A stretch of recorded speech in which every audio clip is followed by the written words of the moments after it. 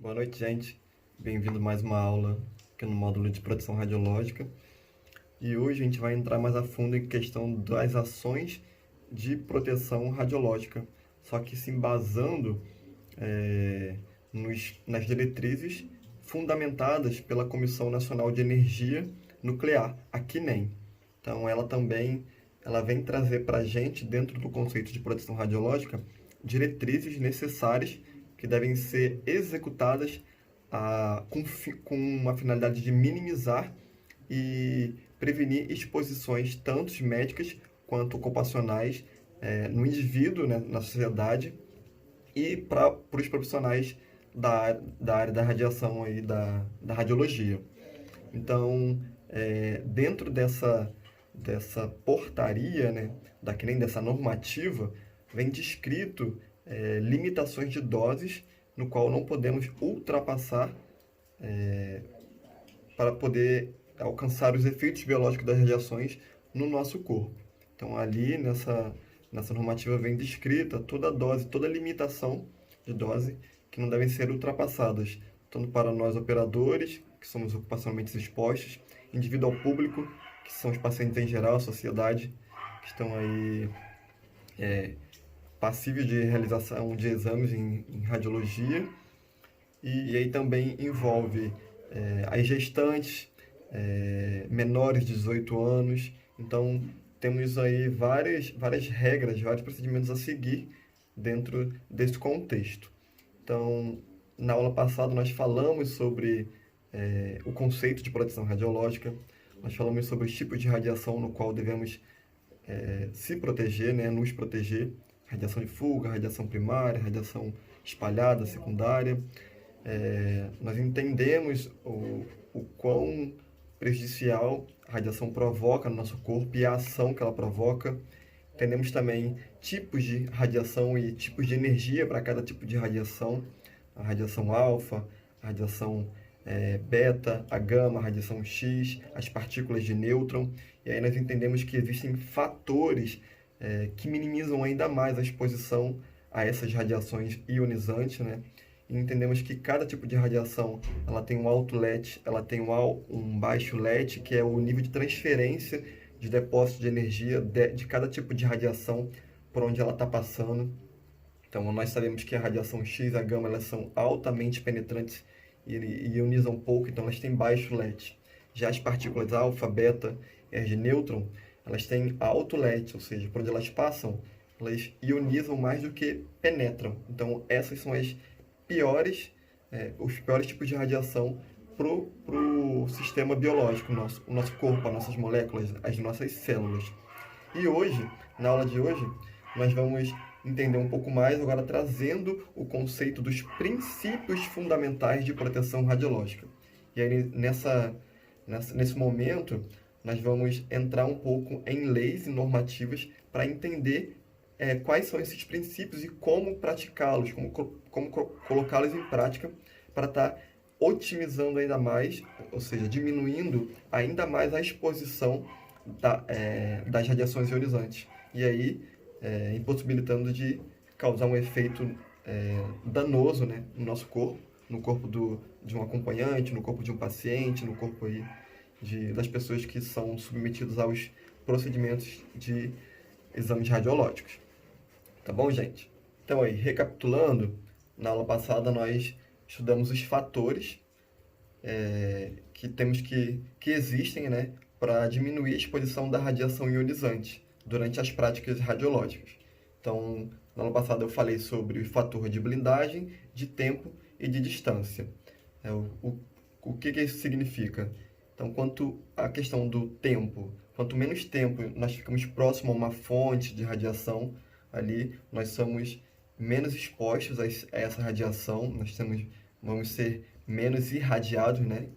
E conforme eu também falei, que existe a radiação interna e a externa.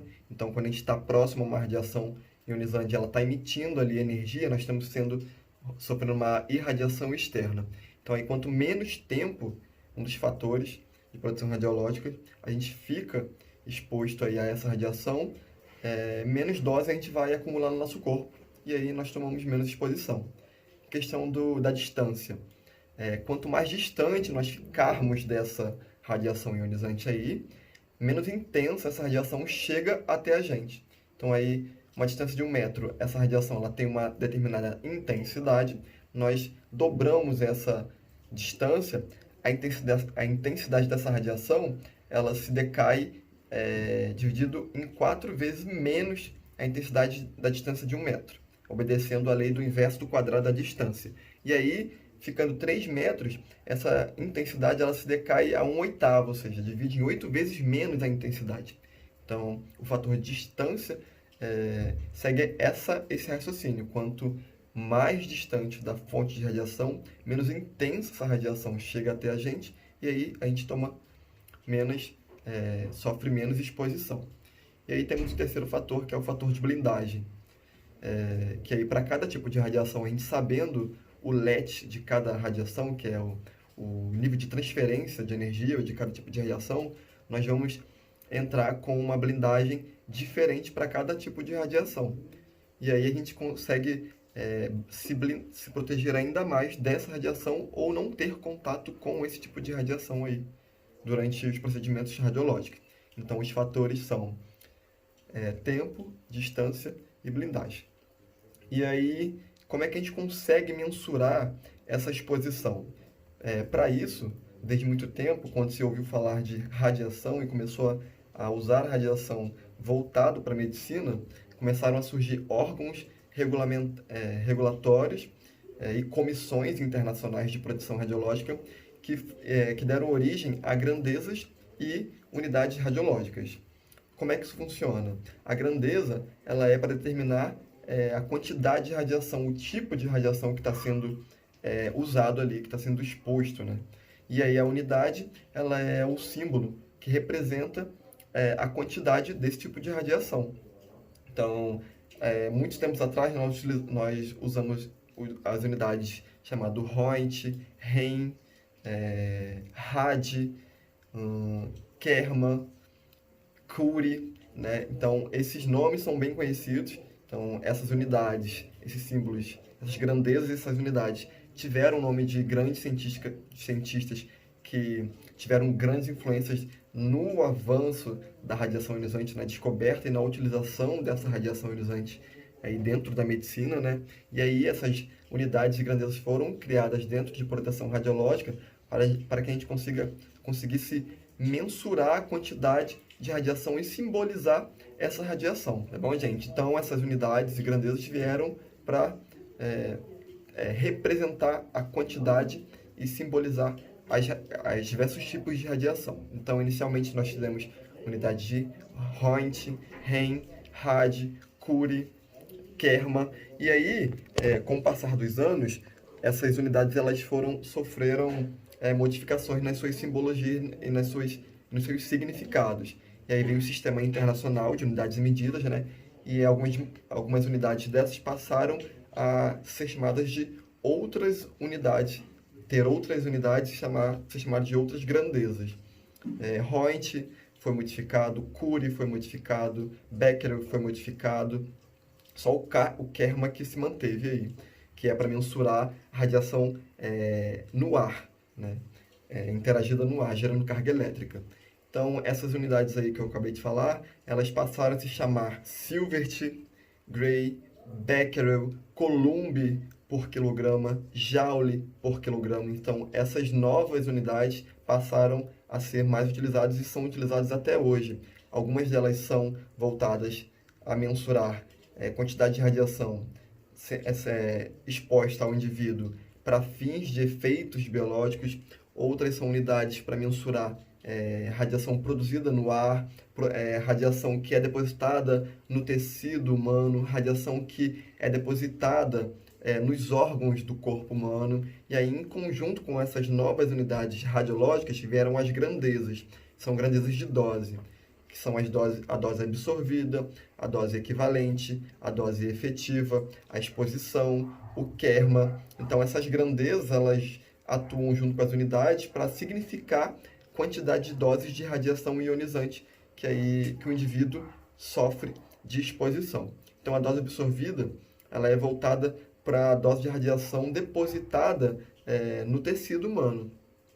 E aí a dose equivalente é voltada para a radioproteção, equivale à quantidade de energia depositada a parte do corpo ou órgão. E aí veio a dose efetiva, que é a soma dessas doses equivalentes que foram depositadas em diversas partes do corpo, acrescido de um valor de ponderação, que é um valor médio, né, de cada órgão, que cada órgão tem, multiplica então a dose equivalente vezes esse valor de ponderação, e aí nós temos a dose efetiva, que é a soma de todas essas doses equivalentes do corpo. E aí nós temos o kerma também, que é voltado para fins de dosimetria, ou seja, o físico médico ele tem vários equipamentos de mensurar, né, quantificar doses no ar, e aí ele utiliza a unidade kerma para quantificar essas doses no ar. Mas sempre ocorre a conversão dessas unidades para Gray, para Silvert. Então, essas unidades são voltadas para esse fim. Vindo para a aula de hoje, nós vamos falar sobre os princípios e as diretrizes básicas que foram estabelecidos na portaria pela CNEN, né, que é a Agência Nacional de Energia Nuclear, e aí eles definiram 4 princípios básicos de proteção radiológica, sendo 3 os mais importantes. Então, os 4 são o princípio da justificação, o princípio da otimização, o princípio da limitação da dose e o princípio de prevenção de acidentes. Então, basicamente, esses princípios eles vêm aí determinando limites, limitação de doses e de exposição que o indivíduo ocupacionalmente exposto, que somos nós operadores, que estamos ali em contato com radiação, manipulando e gerando radiação artificial, que é a radiação X, né? Radiação gama e os outros tipos de radiação, e também determinando limite de exposição para os indivíduos, indivíduos ao público, que é o paciente que vai fazer ali o exame junto com a gente e a sociedade ali que está em volta da clínica, os enfermeiros, os técnicos que estão todos em volta. Então, todos eles também têm um limite de dose que eles não podem ultrapassar. Tá bom, gente? Então, aqui nem através da normativa 3.01, ela vem determinando essas diretrizes. Então, inicialmente, o princípio aí da justificação, ela traz um conceito de que todas as exposições médicas ou ocupacionais, elas não podem ser praticadas a não ser prescrita por prescrição médica. O que isso significa, a grosso modo? Que nós técnicos não podemos realizar qualquer tipo de exame sem um embasamento, sem uma autorização médica que realizada através da prescrição médica que ele faz. E ele assina esse documento, que são aqueles documentos, aquele encaminhamento para exame, pedido de exame, prescrito por ele e assinado por ele.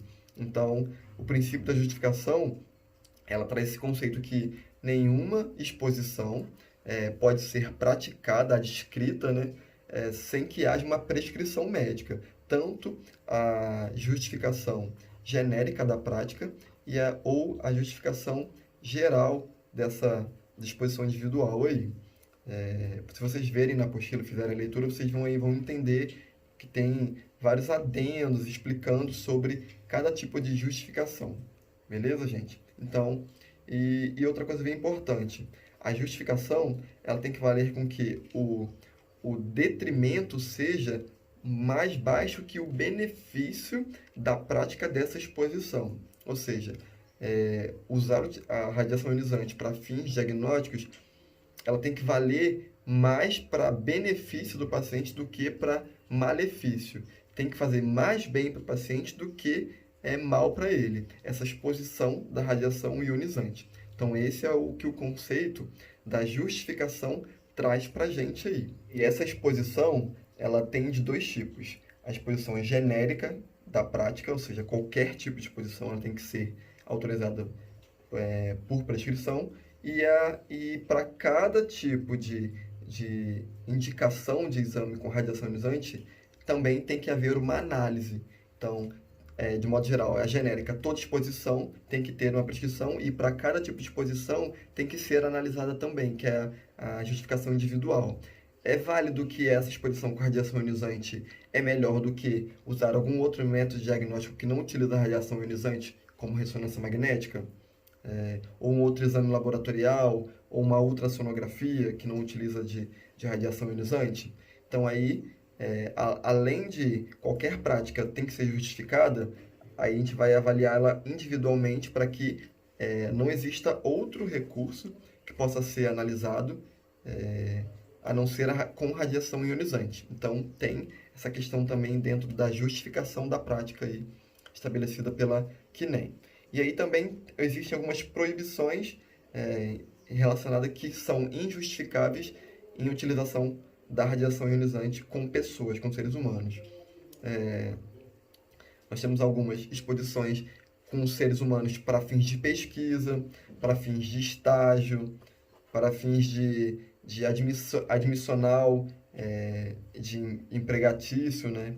Também ficam proibidos a utilização de radiação para esse fim, e existem também outros tipos de fins que está definido aí na apostila. Tá bom, gente? E aí, passando desse princípio da justificação, nós temos agora o princípio da otimização da proteção radiológica. O que esse princípio traz para a gente? Que qualquer prática, seja ela com radiação ionizante, ela tem que ser tão baixa quanto razoavelmente exequível. O que isso quer dizer? Que durante ali a prática com radiação ionizante, nós temos que praticar mecanismo, utilizar equipamentos e é um conjunto de ação. Utilizar EPI, posicionamento correto, utilizar a técnica correta, usar uma dose de exposição baixa, tão baixa que não interfira na qualidade da imagem. E aí esse conceito de otimização, ele é regido pelo princípio ALARA, que é tão baixa quanto razoavelmente exequível, que é exatamente isso que eu falei. Todas as práticas e a dose, ela tem que ser tão baixa que produzam uma imagem radiográfica de qualidade e que não ocorra a repetição dessa radiografia e dessa prática com radiação ionizante. Nós temos que otimizar ao máximo a exposição à radiação, usando uma dose de radiação baixa, mas que não interfira na qualidade da imagem. Então, o princípio ALARA, ele traz esse conceito para a gente dentro do princípio de justificação. E não é só esse conceito de prática, mas também a implementação de um setor, a estrutura do setor, a blindagem, o número de pessoas expostas ali, a probabilidade de exposição acidental, isso tudo está envolvido dentro da otimização. Tudo isso aí tem que ser analisado dentro da otimização. Que aí no projeto final, no fim de tudo, na hora que for realizar um exame, a dose de exposição tem que ser a mínima possível, porém produzindo uma imagem radiográfica de qualidade, que possa ser laudada. Então isso aí vem trazendo dentro do princípio da otimização.